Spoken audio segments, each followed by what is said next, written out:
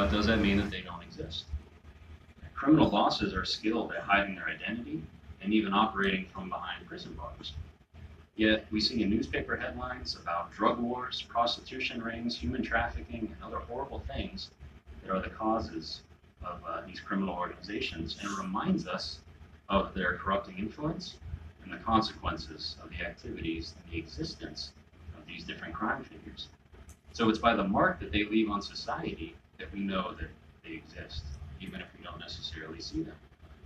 So in the same way, Satan the devil's existence can likewise be known for certain by the marks that he leaves on humanity, the wickedness that we see all around us. Satan is cruel, he's deceptive, and he's hateful. These are truly the traits that underlie much of the suffering that people experience. But why, though, does God allow Satan to rule over this world? Well, Jehovah has allowed Satan to rule and has permitted this evil and wickedness to exist in order to settle an issue that was raised by Satan once and for all time. Well, what was the issue? Well, the issue here is that Satan questioned Jehovah's sovereignty, or his right to rule. Jehovah created everything, so he had the right to rule over his creation. But by calling God a liar who withholds good from his subjects, Satan charged that Jehovah is a bad ruler. Satan implied that mankind would be much better off without God's rulership. This was an outright lie, an attack on Jehovah's sovereignty.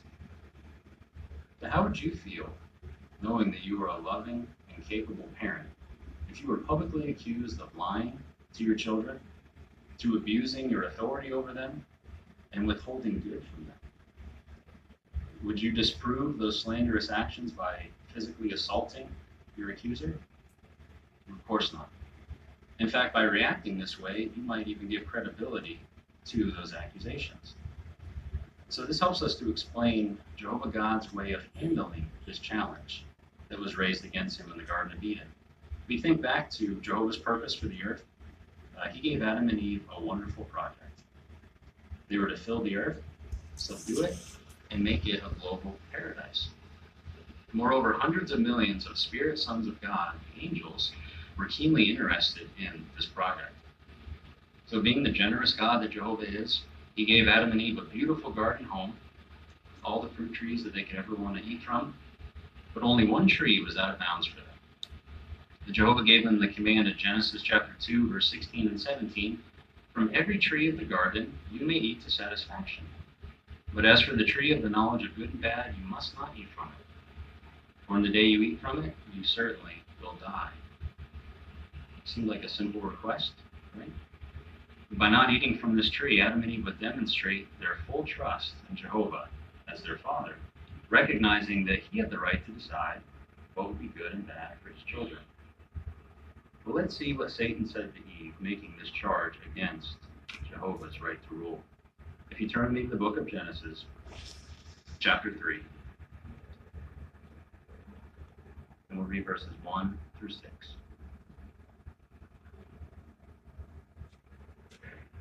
That's Genesis 3, 1 through 6. Now the serpent, Satan, was the most cautious of all the wild animals of the field that Jehovah God had made.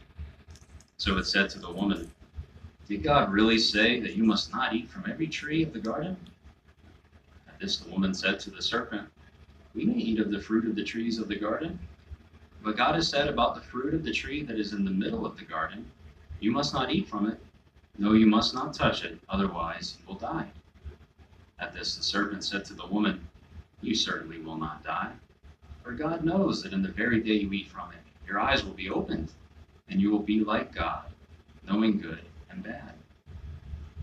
Consequently, the woman saw that the tree was good for food, and that it was something desirable to the eyes. Yes, the tree was pleasing to look at. So she began taking of its fruit and eating it. Afterwards, she also gave some to her husband when he was with her, and he began eating. So Satan told Eve that if she ate from that tree, that fruit, that she would not die. He blatantly contradicted Jehovah, essentially calling him a liar. But Satan also went on to accuse God of withholding vital knowledge from Adam and Eve. Satan implied that humans should be able to decide for themselves what is good what is bad. Simply put, Satan accused God of being an unfit ruler and father, and implied that he, Satan, could do a better job than Jehovah. Well, these accusations worked on Eve. So she ate from the fruit, gave some to Adam, her husband, who also began to eat it. With this act, Adam and Eve rebelled against Jehovah. In effect, they said, "We do not need Jehovah as our ruler. We can decide for ourselves what is right and what is wrong." So how could Jehovah settle this issue that was raised? How could Jehovah teach all intelligent creatures that the rebels were wrong and that his way of rule is truly best?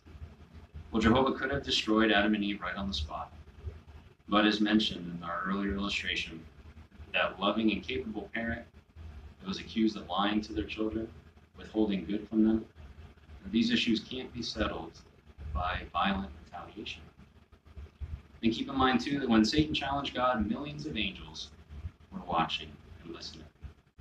So how Jehovah handled that rebellion would greatly affect them as well. So what has Jehovah done?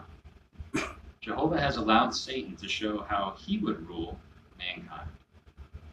And God also has allowed humans to govern themselves under Satan's guidance. But was Satan right? Is his way of ruling better? Has independence from God brought true freedom and happiness?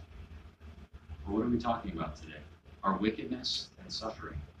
So we know that the answer is no. Satan has already been proved a liar. His way of ruling is not right, it's not better, and we can't govern ourselves. We need Jehovah and his rulership. In Ecclesiastes 8, verse 9, it mentions, "All of this I have seen, and I applied my heart to every work that has been done under the sun during the time that man has dominated man to his harm." Isn't that the case today? The human rule has resulted in war, oppression, suffering, and death. But between the effects of bad government, the influence of false religion, human imperfection, and selfish desires, it's clear to see why humans are unable to put an end to suffering, despite their good intentions. Humans do need God's help. Well, Jehovah has been waiting patiently for a long time, so that the moral issue raised in the Garden of Eden could eventually be settled beyond a doubt. But the patience of our